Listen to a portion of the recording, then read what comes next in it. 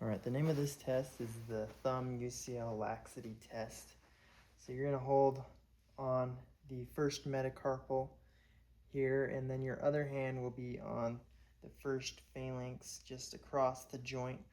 And you are going to apply a valgus stress at the MCP joint. Positive test for this would be laxity, and that means that they would have a UCL sprain, or also known as gamekeeper's thumb or skier's thumb. So the name of this test is the varus and valgus stress test for the fingers. And so what you're going to do is you're going to be holding close to the proximal joint here in the finger, and then your other hand is going to be on the distal side of that same joint, and you're going to apply valgus and varus stress to this joint. Positive test would include laxity, and if they have laxity, that means that they have a collateral ligament injury in their fingers. This test name is the Finkelstein test. So you're going to have them put their hand into a fist, just like that.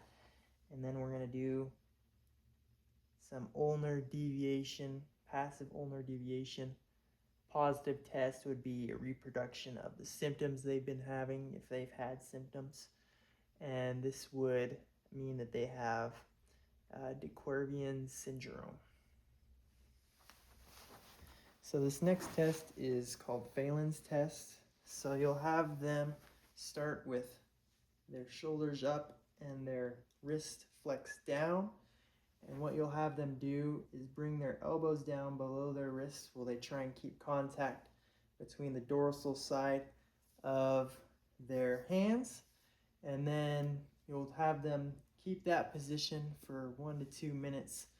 A positive test would be if they had paresthesia, and this would mean that they would have carpal tunnel syndrome.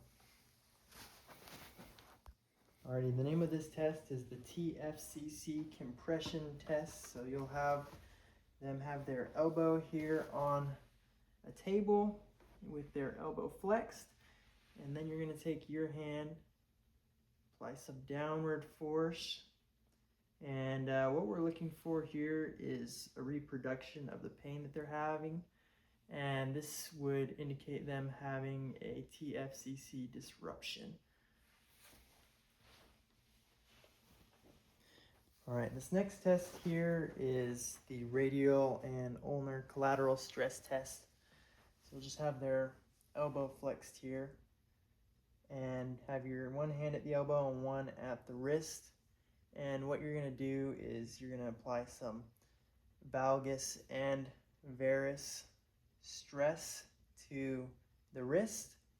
And what we're looking for is pain or laxity at the wrist. And the pathology for this would just be wrist instability. So this test is the elbow flexion test. So for this, we're testing for entrapment of the ulnar nerve. So you'll have them flex their elbows up as high as they can go, and then flex their wrists back, and then just have them sit like this for 3 to 5 minutes. And a positive test in this would be paresthesia, and that would mean that they would have an ulnar nerve entrapment. That would be the pathology. Okay. So the name of this test is active medial epicondylopathy test. So kind of similar to the last test. The only thing that's different is they'll have their hands supinated, and you'll be palpating the medial epicondyle, and what you're going to have them do is resist wrist flexion and wrist supination.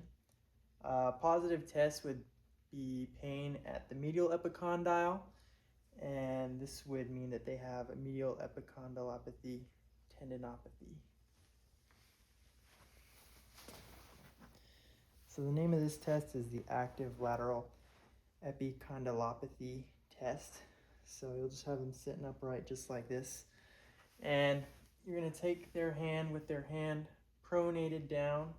You're going to palpate the lateral epicondyle, and then you're going to press down, and they're going to resist wrist extension. And a positive test would be pain at the lateral epicondyle, and the pathology for this would be a lateral epicondylopathy tendinopathy. Okay, the name of this test is the Varus stress test. So you'll have them in the same position as the valgus stress test, but you're going to be doing opposite actions. So you're going to be applying lateral force at the elbow and then move in a varus direction, so in. And so a positive test would be laxity, and this would mean that they have an LCL injury. Okay, so this first test here is the valgus stress test. So I'll just have them sitting like this, and you'll take their arm, you'll hold one at the wrist and the other at the elbow. So for valgus, you'll apply a medial pressure in towards the body and then a lateral pressure out, valgus force. And a positive test would be laxity, and this would probably be either an MCL or UCL injury. So the name of this test is the trigger finger test. You'll just have their arm resting on the table just like this, and their hand will be flat. You're going to palpate the tendon as they flex and extend their fingers. And a positive test would be a painful nodule or catching or clicking, locking. And a positive test would mean that they have flexor tendinovitis.